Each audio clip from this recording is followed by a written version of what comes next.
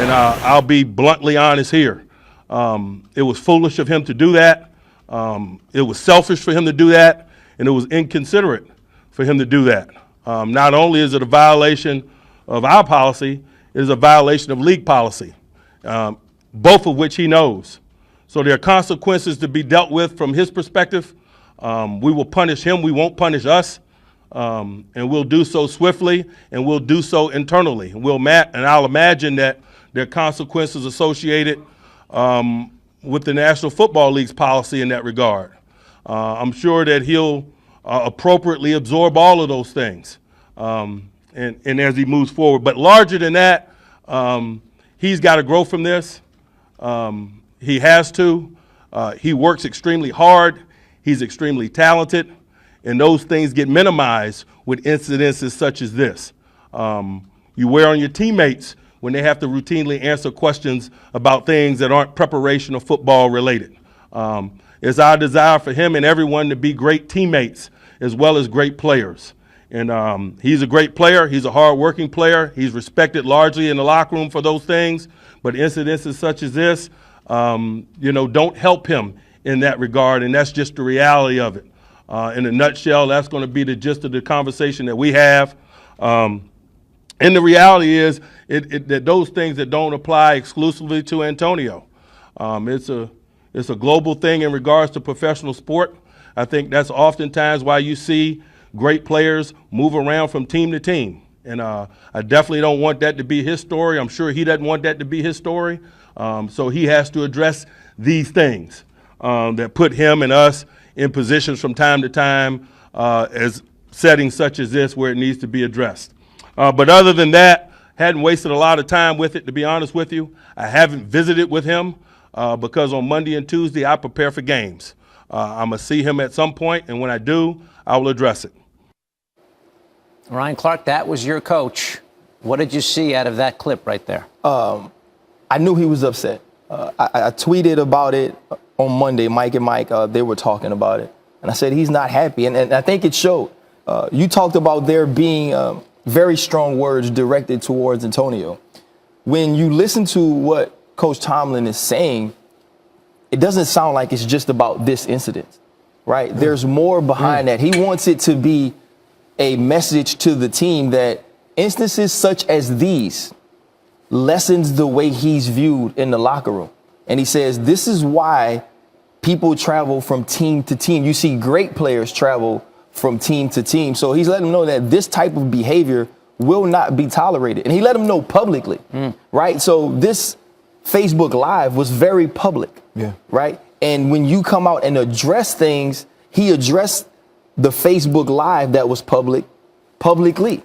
And when you hear those words where it's not just directed to you behind closed doors, I think it carries more weight. It carries more meaning. This is not something where coach is protecting Antonio Brown. He's letting people know how foolish, inconsiderate, and selfish it is. It won't be tolerated. And the way that you are seen is affected by these actions, the way that you're seen by your teammates and by myself. I took two things from it. The first thing was we're going to punish him and not us. And what I get from that is he's going to get fined, but there won't be any playtime consequences because that'd be punishing us in terms of the Steelers, because then now we're taking away of our chances to win. So you're going to play, but you're going to pay the price, sort of whatever fine the league may have or internally from the team. And the other thing, like Ryan said, that tone, this is what I'm going to tell him. I'm telling you, I haven't talked to him yet, but I will. He's not going to leave anything hanging out there to where that first meeting, it's over. Yeah. It's over. Yeah. Just by that tone, everyone's going to see that and say, okay, once we go in that team meeting, we know that he's talked to him. We don't have to handle it as team leaders. We're moving on. New England. It's over. I want you guys to stay here. Let's send it back to Carrie in Los Angeles. All right. Thank you so much for that, David. So we just heard from Mike Tomlin. That's our very first time hearing from him. Joining now is ESPN Radio New York commentator Anita Marks. So, Anita, it's interesting because he said he hadn't talked to Antonio Brown yet. He specifically addressed what he thought was inappropriate in that Facebook Live video. From my understanding, you talked to some other head coaches. What do you think will happen next? Yeah, I mean, in speaking to a number of head coaches in and around the NFL, they said this is a really disappointing thing. Kind of what we're hearing, the narrative that we're hearing out of Pittsburgh, right? Very selfish. I don't think this was meant to hurt the team. Kind of, as we know, Antonio Brown really caring more about his brand in the video than the message that was being relayed from the coach. But the message that I'm getting from head coaches is you have the New England Patriots coming up on Sunday. You need to start preparing for that team. This situation needs to be handled quickly. He needs to, of course, address Antonio Brown. He needs to address the team. And then as quickly as possible, this Pittsburgh Steelers team needs to move on. This cannot become a distraction because, again, he talked about, if you recall, you had a Patriots team. They've got a day and a half ahead of the Pittsburgh Steelers. There's time that you need to make up. This can't be a distraction. They need to on to New England is the message that needs to be conveyed. On to New England is the message that needs to be conveyed. If you had to situate yourself right this, Antonio Brown, what do you think? You think he's feeling as if he made a big mistake, or it's not a big deal? Well, I'm sure. I mean, we just heard the message from his head coach. Sure. That apparently, from what I understand, they have a very good relationship, and he's disappointed him. Ben Roethlisberger earlier today was on WEEI. He said that he was disappointed. What happens in the locker room, it's a family. It stays in the locker room. On top of the fact that he wasn't listening to the message from his head coach. Sure. So I think there's a lot of disappointment in that locker room in regard to Antonio Brown. But it's very similar in regard to what we heard from the Giants and Odell Beckham Jr. And I compare the two because what you hear is both of them, first one's there, last one's to leave. Really hard worker, great practice player. And as we know, he is the playmaker. He made that crucial third down reception against Kansas City to clinch the win for the Pittsburgh Steelers. So as disappointed as that locker room is, again, I'll go back to what I'm being told by head coaches. You need to put this in the back seat. You need to start focusing on the New England Patriots. And I think the teammates know that. Yeah. And they know that, man, this isn't going to be an easy matchup on Sunday. That's what they need to do. Mike Tomlin said he hasn't talked to him because he prepares for games on Mondays and Tuesdays. David, I'll send it back to you. 5 days before the AFC Championship game, your head coach is calling out one of your best players and one of the best wide receivers in the entire NFL. It's hard to square a guy who's an unbelievable player, who's such a hard worker, and a guy who does this and gets called out for it by his head coach. Where is his spot in this locker room, Ryan? Well, if you know the locker room, Antonio is not necessarily considered a leader by actions other than playing football. Ben Roethlisberger is the leader of that offense. Marquise Pouncey is one of the leaders in that locker room. Ramon Foster, William Gay defensively, James Harrison. So they don't look to Antonio Brown for their cues on how to behave as men. They don't look for Antonio Brown for leadership by his actions. They look for Antonio Brown to catch the football. They look for Antonio Brown to work hard at practice, and he does those things. Anita mentioned Odell Beckham, and I think here's the huge difference in the two. Antonio won't feel the pressure of this emotion. He is a football player. He is, and I think you can tell by the Facebook Live, he is really unconcerned about his surroundings. He will answer these questions. He will smile on Sunday, and he will play football.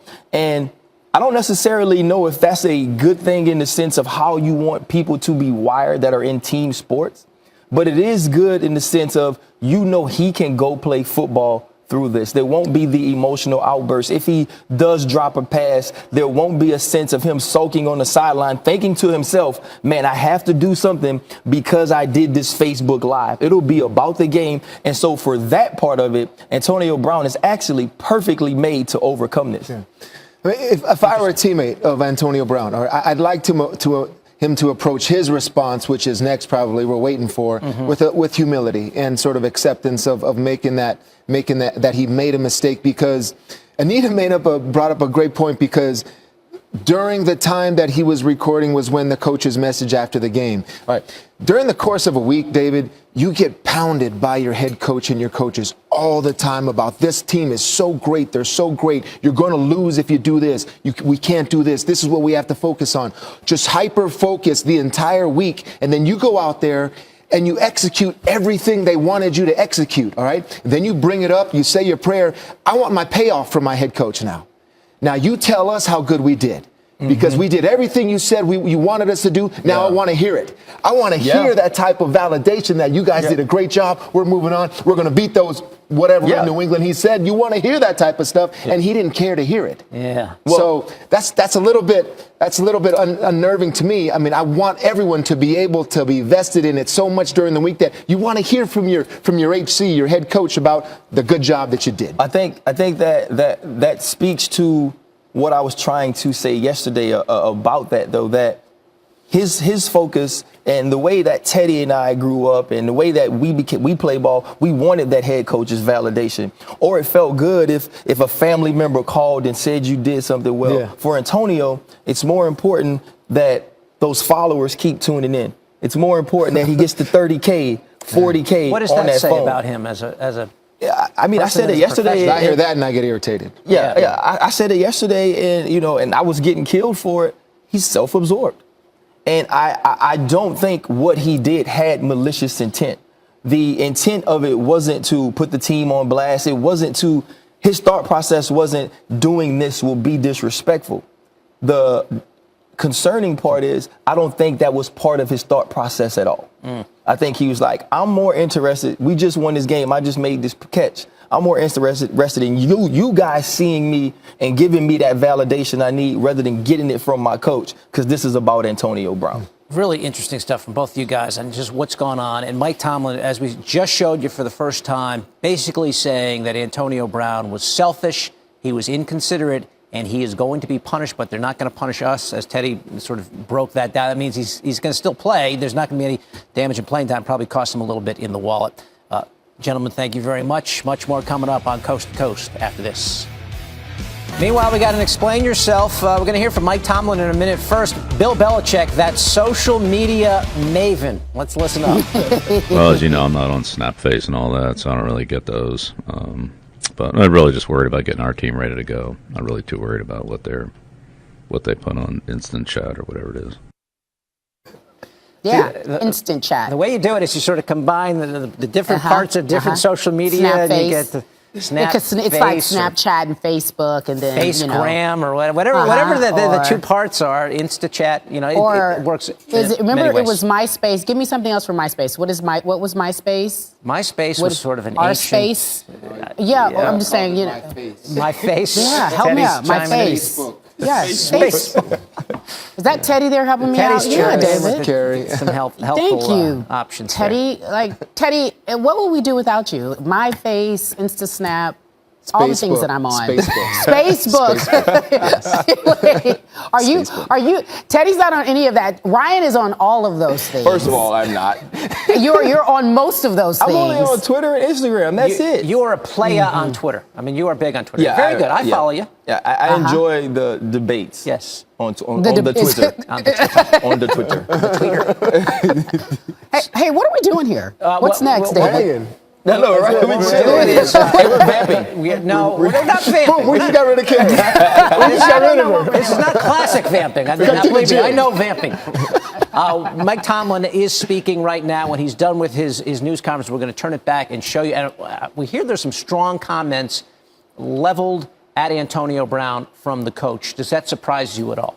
No, it doesn't. I mean, if you look at Mike Tomlin throughout his career, throughout his press conference, or the way he's dealt with the media or talked about the team, he's been very transparent in the way that he feels. You may not get a lot from him as far as continuing to expound on stories or giving you more than you necessarily need, but he doesn't mince words when he wants to get his point across. And I think he understands that because this has been so big outside of that building, that those things kind of needed to be addressed. And I'm sure that's what he did publicly today. And he wants to move on from here. Privately, how do you think he handled it? Well, Coach Tomlin, you heard Mike Mitchell say, this is a conversational organization. And it really is. It's an organization where, one of those, the door is always open, and it truly is. But when that door is open, if you want to go speak to him, you have to be ready for the truth. And I think he gave Antonio the truth about the respect level that needs to be maintained, also the professionalism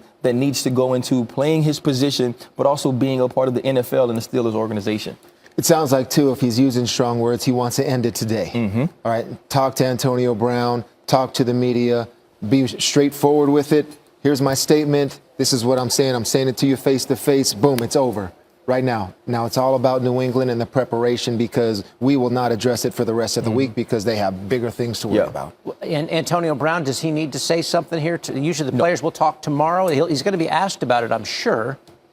I don't know how he can't. I mean, I don't know if he will or not. I mean, Ryan might know better than me, but he's very social media savvy. Yes. Now I can assume that based on a 17-minute Facebook Live. I mean, just Twitter, whatever he does. I mean, maybe he'll want to respond in his own way. All right, so don't do this, folks. That's the message. This Facebook Live video, 17 minutes streaming. Antonio Brown, star wideout for the Steelers, caught a message that should not have been aired to the world, but it was. And that was his coach talking about what happened. Here's his coach responding to this video. And I'll be bluntly honest here. It was foolish of him to do that. It was selfish for him to do that. And it was inconsiderate for him to do that. Not only is it a violation of our policy, it is a violation of league policy, both of which he knows. So there are consequences to be dealt with from his perspective. We will punish him. We won't punish us. And we'll do so swiftly, and we'll do so internally. And I'll imagine that there are consequences associated with the National Football League's policy in that regard. I'm sure that he'll appropriately absorb all of those things, and as he moves forward. But larger than that, he's got to grow from this. He has to. He works extremely hard. He's extremely talented. And those things get minimized with incidences such as this. Hadn't wasted a lot of time with it, to be honest with you. I haven't visited with him because on Monday and Tuesday I prepare for games. I'm going to see him at some point, and when I do, I will address it. A rare public call-out of an NFL superstar, especially the week of the AFC Championship. Much more on NFL Live and the 6 p.m. Eastern Sports Center.